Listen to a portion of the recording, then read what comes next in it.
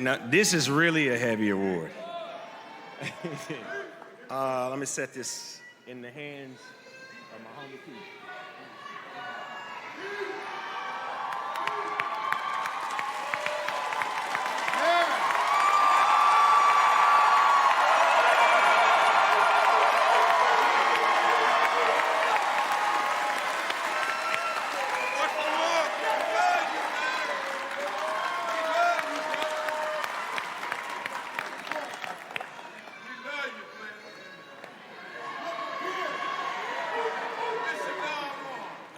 Getting here has definitely not been easy, but it has been worth it. I have a lot of people that I want to thank, but before I get into any of that, by the way, I should caution you that I like to talk, and I have a way with words. But what I will say is I didn't write anything because I wanted this moment to be exactly what it was, present. In this moment, how I am feeling and the appreciation that I have for each and every person that had anything to do with this moment tonight, as well as the 30-plus year career that I celebrate. This Life Achievement Award, I don't know, man. Is it too early for me to receive it? Because I'm still running and gunning, and I still love this shit like I did when I was 8 years old. And, you know,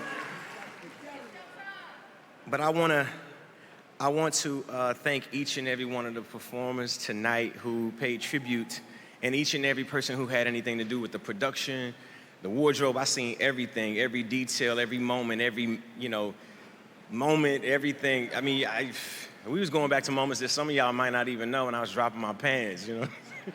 so that those moments that become legacy are all about expression and just having fun and finding the connection and really the spark. You know, when I first started, I had a different idea about what I thought life was gonna be. I started off as an artist in a group in Chattanooga, Tennessee, and my name was Cha-Cha. And I really was searching for some identity, and I was doing that specifically because I was trying to make sense of this name that was given to me that was not, I'm gonna take my glasses off because I want you to see my eyes and I want you to understand it's real. I was trying to make sense of this name that a man gave me that didn't stick around because he didn't love me.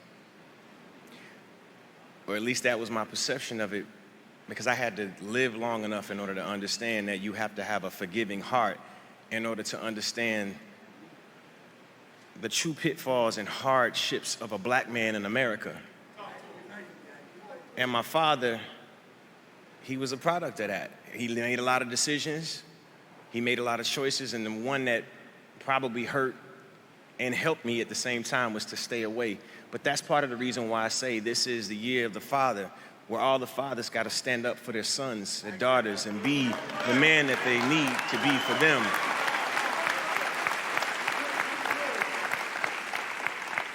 They say success has a million fathers. Well, I start with these guys right here, because this is my village. These are the men who motivated me, who speak to me, who have spoken to me, who have been solid no matter how it may have been. I'm sorry, I'm gonna curse and let you know how I really feel, because at one point it got really thick when me. And I get it. I understand. Sometimes you gotta go through some shit to get to some.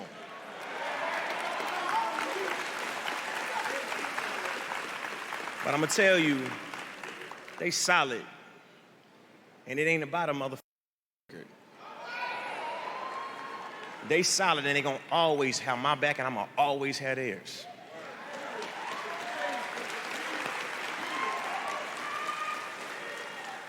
Now, somebody asked me a question about ego and this idea of having an ego. Could you be so confident that you could come to L.A. Reid's office at 12 or 13 years old and say, you meeting your next superstar, and I'm gonna take that space on the wall right there. You're gonna put my picture up there. No, that wasn't ego speaking. I rebranded that word that day.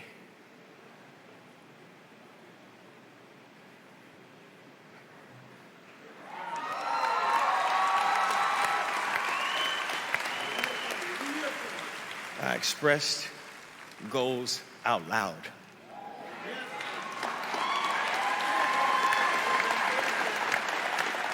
I know it's an L in there, but it made sense.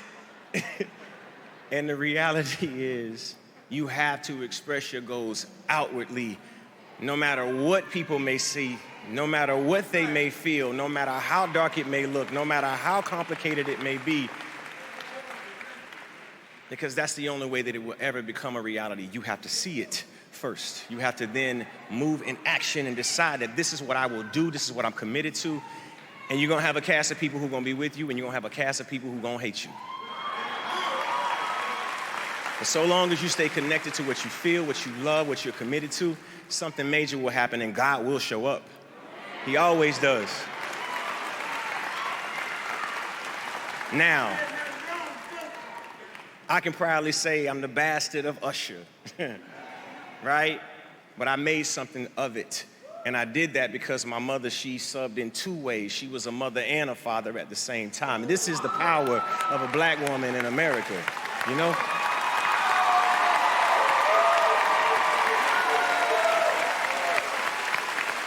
So, with everything that I have accomplished, I didn't do it alone.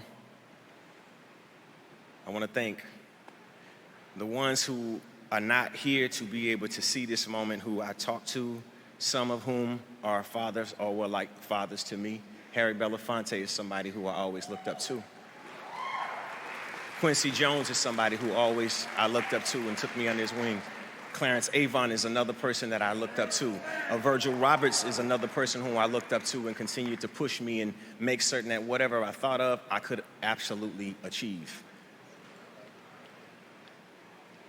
Evangelist Ernestine Carter, who I lost, and Kirk Franklin, he helped me usher her into this ascension in this place, and all of these wonderful things began to happen. She was an earth angel, and she now is in heaven, making these moments happen.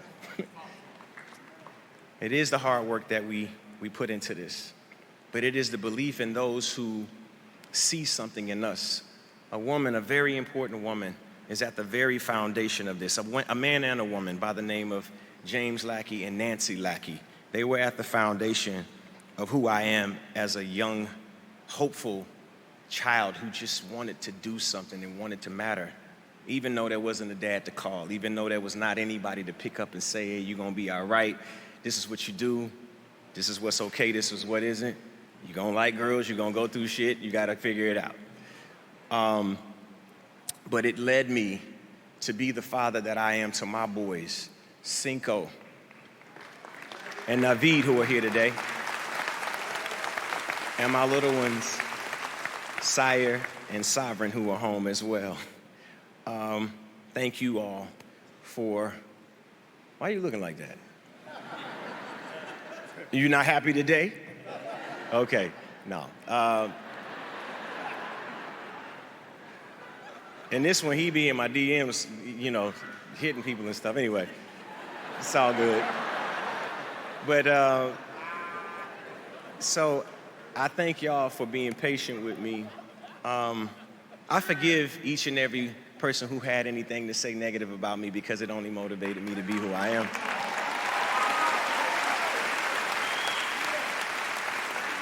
Good is more than just a song. I'm turning a new leaf. You know, we gotta be cool for the sake of the kids.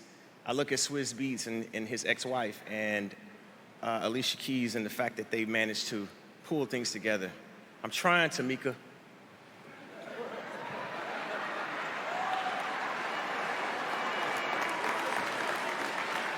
First step, get it right. So, yeah, that's a heavy one.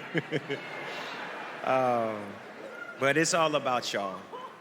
It is 100% all about my children and making certain that you understand that your dreams can come true if you truly committed, if you are committed to it, if you're dedicated to something and you find passion and you stay committed to it. This could potentially be you. This could be your moment. Not on this stage, because I'm the only one that's gonna have this one. But you could have a moment like this too. I'm so happy for LeBron and his son. This is the year of the father, man. You know, to my team and each and every person that had anything to do with this moment that I'm having, Lafitte Group, my management company, Akamon Jones, I said everybody on this stage, but Jonte Austin, who holds me down and is my maverick, Chris Chambers, who always has my back and always stays focused with me. Each and every person who has had a part in this moment from the past, going all the way back to A.J. Alexander. That's the guy who actually discovered me. And then each and every friend who has encouraged and helped me in the moment, I celebrate this moment with you. This is not just my moment. This is our moment together.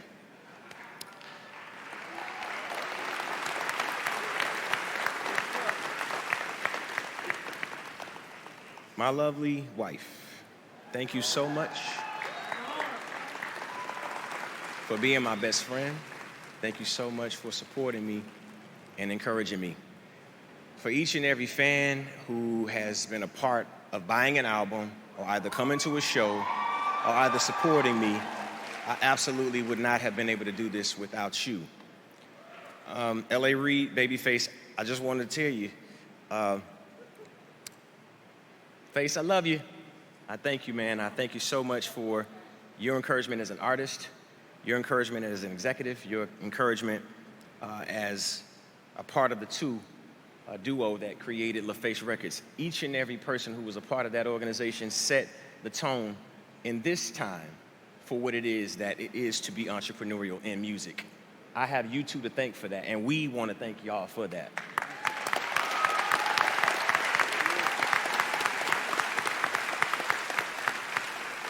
You gotta be willing to forgive, y'all. He who knows no sin cast the first stone. You gotta be willing to forgive. We gotta be willing to be open. I'm telling you, you're standing before a man who had to forgive a man who never showed up ever. And look what I made with it. Look what I was able to usher in. But that's what's real, and that's what makes us human. That's what makes us men and women. I thank y'all, man.